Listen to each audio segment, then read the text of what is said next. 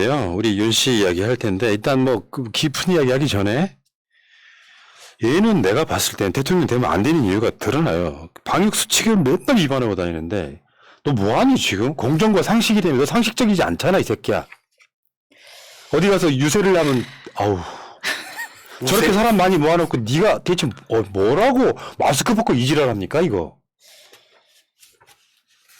유세를 하랬더니 우세를 사고 있죠. 이런 짓거리 하다가 뭐 중대본에서 그러지 말아달라 시정 요청을 했어요.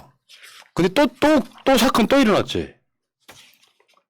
얘는 몸에 배어 있는 거 이게 처음이 아니야. 저번에도 왜 가면은 막 마스크가 막 완전히 막 턱 밑에까지 내려오고 이지랄 했단 말이에요.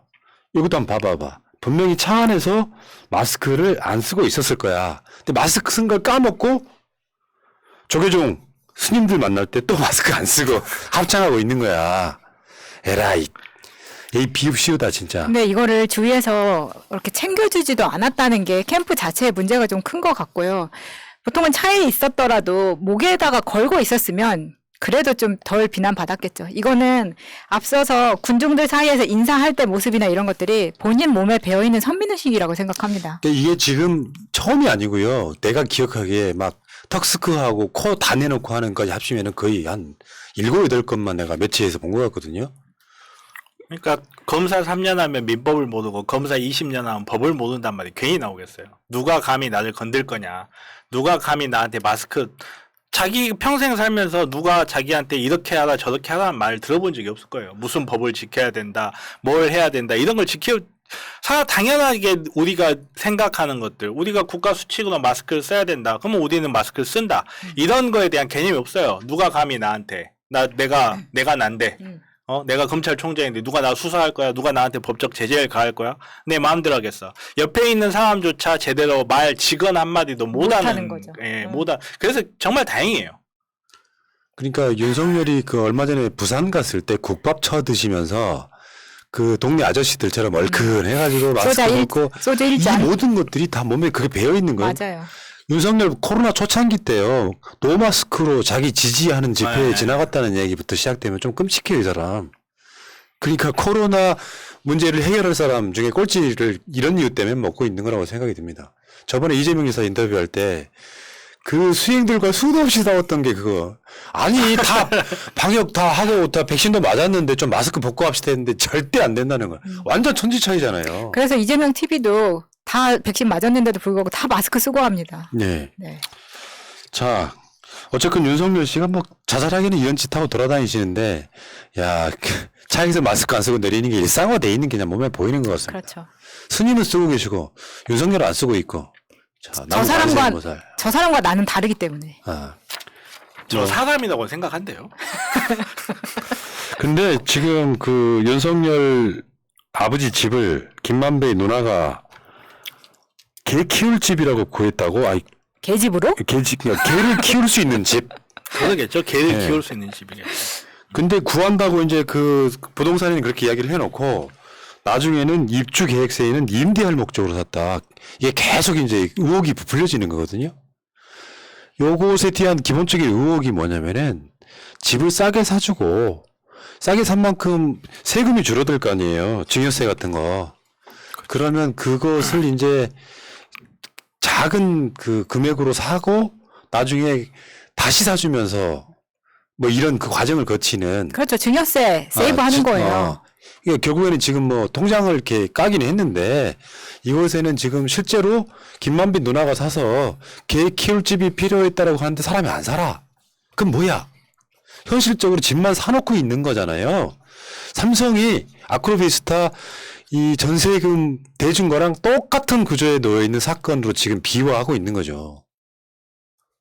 아니 지금 법 기술자들이 법을 쓰는 방법이 이런 식이라는 거를 진짜 만천하에 까발려졌다고 생각이 드는데 이게 지금 누구나 다 알듯이 이거 혹시 증여세를 세이브하기 위한 것 아니냐. 저는 그 이야기가 굉장히 설득력이 있다고 생각합니다. 30억을 초과를 하면 그러니까 우리가 예상했을 때 실제 그 당시 연희동이 시가로 하면 30억이 넘어갈 가능성이 높은데 30억 초과한 주택의 증여세율이 무려 50%고 공제하니까요. 내야 될 세금만 대략 계산해 보니까 12억 2천만 원 정도를 내야 됩니다. 이걸 세이브하기 위해서 왜 그 주택들 가격들마다 세율이 다르잖아요. 네. 그런 꼼수를 썼다라고 의심이 되는 거지. 충분히 그럴 수 있죠. 왜냐하면 19억에 다운으로 그러니까 싸게 내주고 다시 몇 년 지나서 다시 그걸 사 오는데 대신에 누나가 수고했으니까 월세는 누나가 챙겨. 이렇게 소설을 써봅니다. 그러니까요. 참 다시 말씀드리지만 윤석열 깨끗한 검사 아닙니다. 김건희가 주가 조작할 때 이미 동거 중이었고요. 결혼도 그 시기에 했고요. 근데 그 수사 못했잖아요.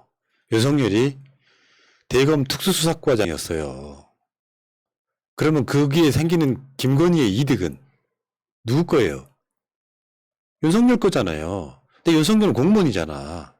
고위 공무원 돼서 자기 재산 공개해야 되잖아요. 그러니까 맨날 나는 개털이다. 이렇게 이야기를 해놓고 재산은 김건희한테 가고 있었던 겁니다. 최은수는 안 그렇습니까?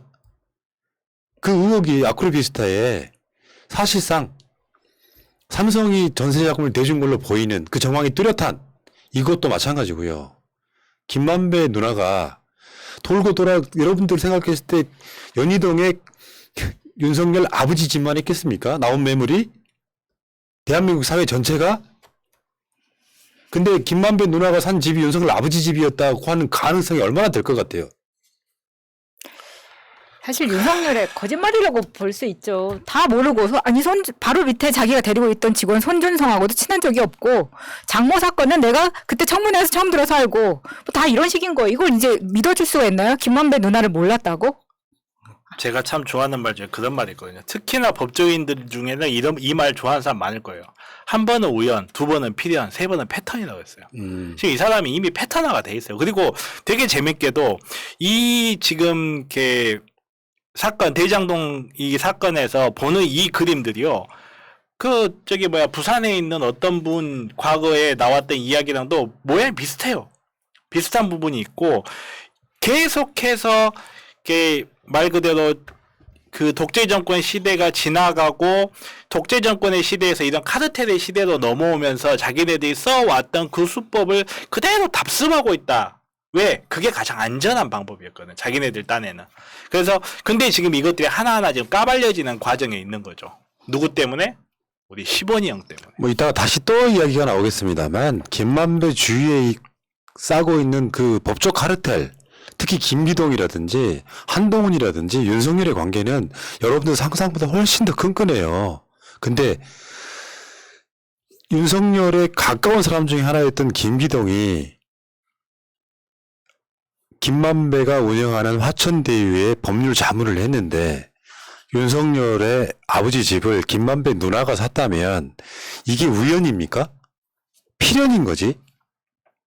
그러니까 화천대유랑 관련해서는 오히려 윤석열 쪽 게이트일 가능성이 되게 높아지는 거죠. 물론 여기 나는 핵심 인물은 박영수라고 봅니다만 전체적인 큰 틀에서는 그 주도자가 박영수라고 보는데 그쪽 콩고물을 얻어먹은 사람 중에 분명히 윤석열은 있는 거예요.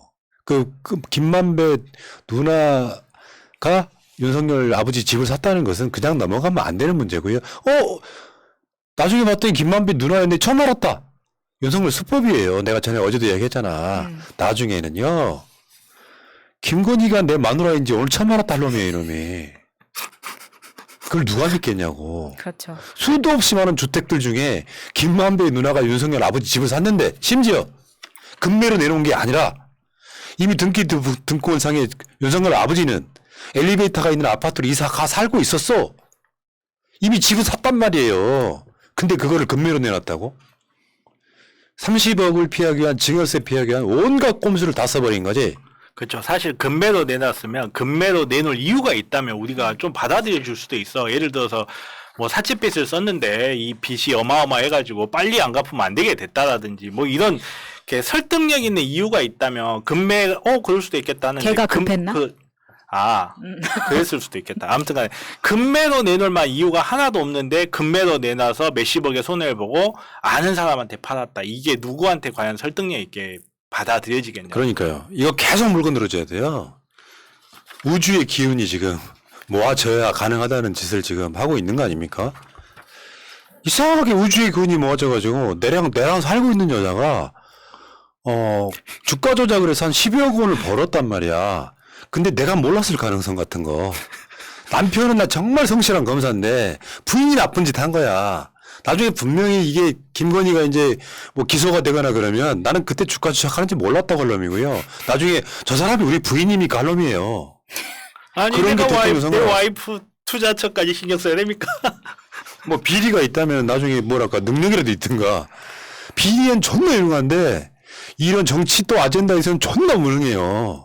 뭐 이런 놈이 다 있습니까 진짜? 제가 봤을 때는 이분은 비리에도 유능하진 않았을 것 같아요. 이름을 달아놓으면 밑에서 알아서 기어주니까 되게 여기저기 안 끼친 데가 없지 머리가 그렇게 좋아가지고 사실 비리도 저지르려면 엄청 부지도 안 하고 엄청 머리가 좋아야 되거든요. 예. 근데 두 과 다 아닐 것 같아요. 그러니까. 예, 그냥 파워가 있으니까. 자, 그 이야기 여기까지 합시다. 개 키우기 위한 집 나도 하나 사고 싶긴 하다 솔직히. 요즘 개집 마당 다 있는 집. 19억쯤 하잖아요. 근데 마당 있는 집을 여자들이 싫어합니다. 왜요? 좋은 아파트를 원하지 마당 있는 집에 나무 있고 그러잖아요. 그러면은 벌레 있고 싫어합니다 보통. 전 좋습니다. 아니 담양에 마당 있는 집 하나 있는데. 아니 실제로 나도 마당 있는 집 사는 게 꿈인 게 나 어렸을 때 살았던 집들이 다 그런 집이잖아요. 그 어렸을 때 시골집은 개도 풀어놓고 키우고 그 집 뒤에는 숲이 있고 과수원이 있고 막 그런 집에 사는 게 사람답게 사는 거예요. 내가 이렇게 밤에 새벽에 퇴근하다가 우리 집 옆에 아파트 단지가 있거든요. 아파트 단지가 꽤 높아 한 20층 돼. 주위가 다 그래. 그 아파트 단지에 일부 불이 켜져 있잖아요. 근데 생각해보면 웃겨요. 1층부터 20층까지 침실의 위치가 똑같을 거 아니야. 그럼 아래층에 이 사람 자고 있고. 이게 무슨 관도 아니고, 이게 뭘. 아, 그렇게 사는 건 좋은 건 아니지, 사실. 일본 애들 요만한 캡슐에다가 이렇게 쌓여서 자던데. 네. 사실 흙을 밟고 살아야 이렇게 그러니까요. 면역력을 요즘 많은 사람들이 면역력에 관심이 많잖아요. 면역에 이제 뭐 이 부분에 대해서 뭐 면역력이 있다 없다 많은데 면역을 좋게 하는 가장 좋은 방법이 흙을 밟는 거예요. 흙을 밟는 예. 거. 그 다음이 코어업입니다. 알겠습니다. 일단 이 이야기 여기까지 할게요.